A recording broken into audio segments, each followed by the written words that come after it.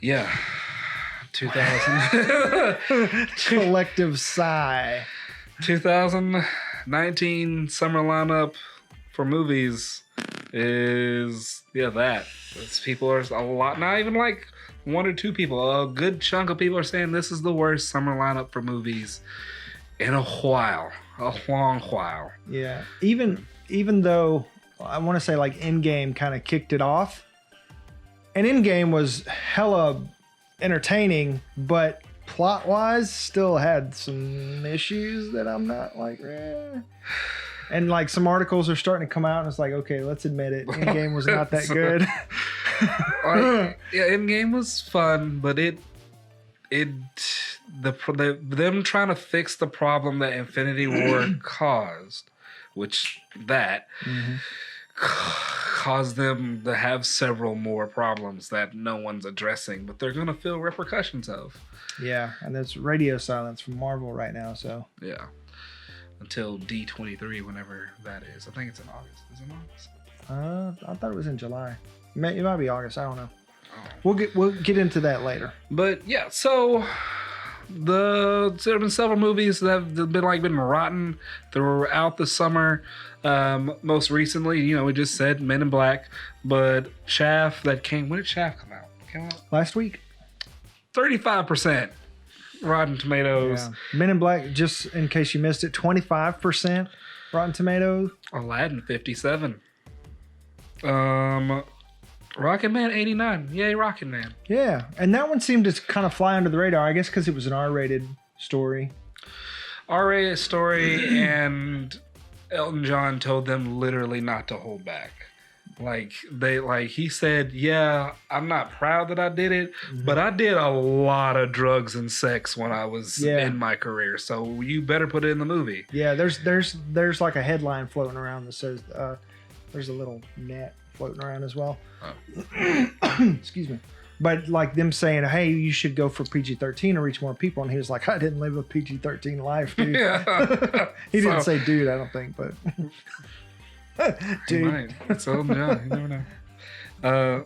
Godzilla King of Monsters, which that one kind of upset me that people were kind of downing it because it's supposed to be a monster movie, but it's 40% on Rotten Tomatoes and kind of like halfway 6.6 out of 10 in other places. A lot of rotten movies. Yeah, and some of them I can kind of understand, and some of them I don't, for the simple fact that Godzilla, people's main issue with that is like there's not enough human drama, but it's a monster movie. I'm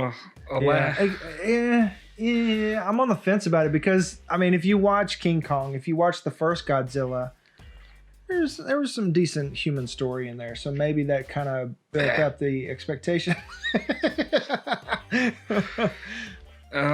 What else is there? Secret Life of Pets and Aladdin. Dark Phoenix. We'll get to that because that's a whole nother okay. That's a whole nother My bad.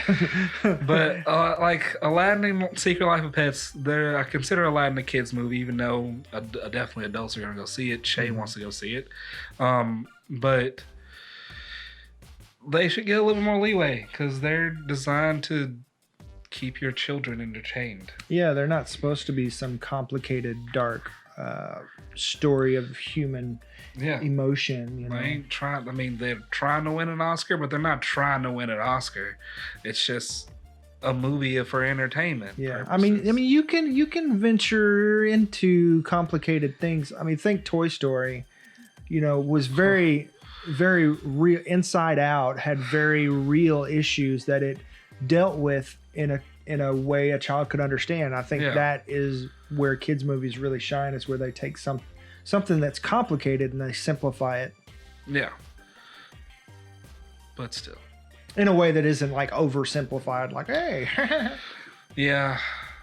And they do a good job of that in a lot of movies, but sometimes you can't, not everything's going to be a golden egg. Right. Sometimes, like the original Aladdin. Yeah. Not only because of the genie character, but because you took something like homelessness and being an outcast and made it a compassionate, empathetic story, My goodness. Yeah. You know, I mean, I remember watching that and not once going, screw Aladdin, he's a thief. You know what I mean? Yeah, I want Aladdin to get Aladdin. Want that one guy with the big old gout to like get Aladdin. I didn't want him to get him. So yeah. Mm-hmm. But now with the last little bit of time for this segment, let's just delve into Dark Phoenix. Like it's definitely the worst movie of the summer. It's the worst X-Men movie ever made. Even worse than Last Stand, which was hard to do. And Age of Apocalypse. Like, I want to say it's like Last Stand, Age of Apocalypse. Now it's Dark Phoenix. On the floor. Oh, I haven't seen it yet. Have you seen it? I haven't seen it yet. Like, I've seen... For legal reasons, I can. He's heard things. I've heard things. Yeah, but. So I read one article that it did the exact same mistakes times 2 that Last Stand did. Really? But the director that did this, was it also the same director that did Last Stand? No. No? Okay. All right. Good. Because someone told me that, and I was like, no, I don't think it's right, but I hope it's not right. No, Brett Ratner did Last Stand. Okay. Yeah, but he also did... First Class, didn't he? No. He didn't do First Class. He did... what was the Chris Tucker, Jackie Chan movies? Rush Hour? Rush Hour. He did the Rush Hour movies. Okay. Well, he's good. Buddy cops. It's not superhero movies. Mm-hmm. Superhero movies should be a little more complicated. Which is, I guess, I don't know.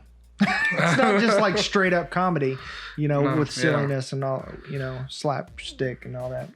It gets dark at times. But Dark Phoenix, especially a story like Dark Phoenix. It seemed like it knew what it wanted to be, but it ended up being the exact same thing as Last Stand, just new generation. It was like, it's still gonna be the last one. We're gonna go out with a bang, but they went out with a whimper. No one's really ever said, I don't think anyone's saying like the actors were bad or anything. I think it was. I've heard that Sophie Turner was excellent. She pulled her weight, and of course Michael Fassbender, because he doesn't show up unless he's going all out. Yeah.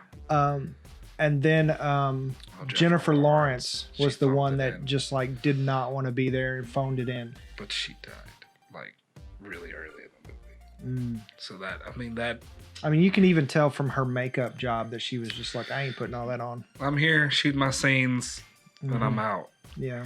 So, but 2019 will go down in history as, I'm sorry, there's no such thing as blockbuster summer this summer. Yeah, and it's only June, so... We'll still have Spider-Man. Spider-Man will be the saving grace for the summer.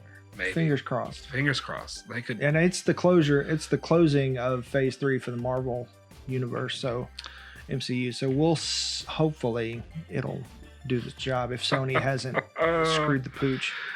We'll see. Yeah. So... I do respect the director of Dark Phoenix for coming out and say, "Hey, that's on me." Oh, so yes. That's worth it's okay, buddy. It's okay. Everybody misses sometimes, You tried. You tried. Even though like the hype going into this one was like, "Hey, we're gonna do Dark Phoenix right," and then like I remember when the first trailer came out and it obviously showed Mystique being killed, everybody's like, what? That's the same trope as Last Stand. And he was like, you know what? I was writing that and then I didn't realize it. And later on I was like, oh well. That should have been a red flag. And then they had reshoots and everything. And whenever a movie has reshoots, you just start to worry. So yeah, even though not all reshoots are bad. Yeah.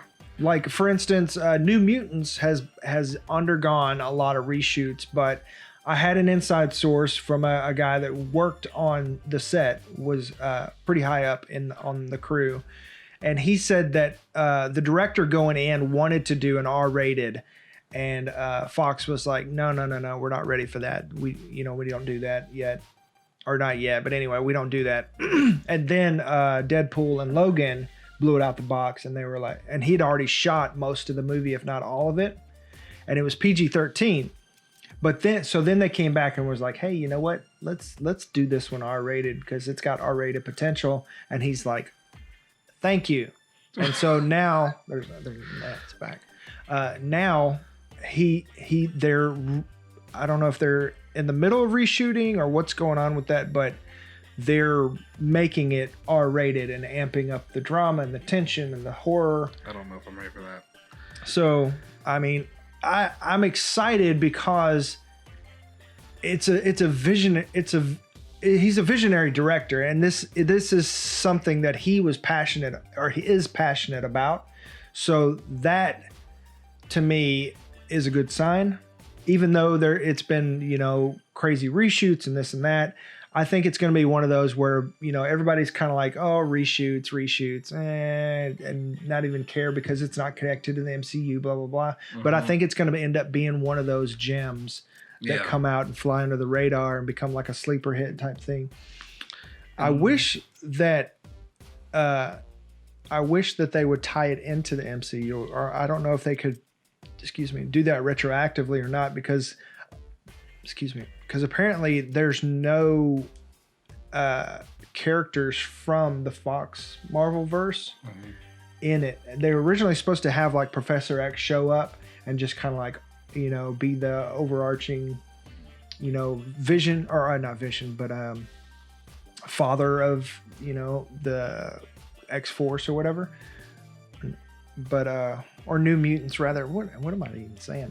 For the New Mutants, kind of like kicking the team off or whatever, and just kind of like a little cameo. But from what I understand, James McAvoy wasn't able to make the schedule, so he's not in it. So that might be a blessing in disguise if there's no hard connection to what's come before. They might be able to what comes after. Yeah, retroactively pull it in, which would be awesome, especially if they were to do like some darker stuff on Hulu and and do it on Hulu and just kind of like, wrap it in through that or something. That'd be really good. Yeah. Huh.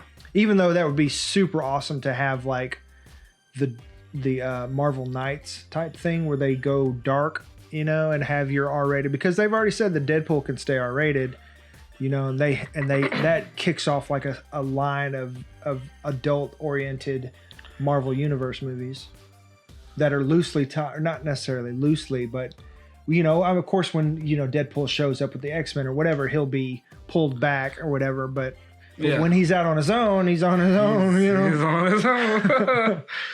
Which would be good. And then, with like Brightburn coming out, and I feel like Brightburn did all right. Mm-hmm. So they could most definitely just make it an R-rated movie and it'd be really good. Or it could just be a one-shot, because I feel like as time goes on, the MCU will still exist, but like just how DC's doing a whole bunch of one-shot stuff for theirs, and then if it does really well, they'll tie it in later. Mm-hmm. Marvel will probably follow suit, because they'll have like so many ideas and so many people like want to come in and do movies. Yeah. They would be dumb not to be like, here, try this out for size. Yeah, and eventually it's going to be so big. I mean, like they already said that they're not going to do as big as an undertaking as they did with the Infinity War movies, because it was just so hard to do with everybody's schedules and everything.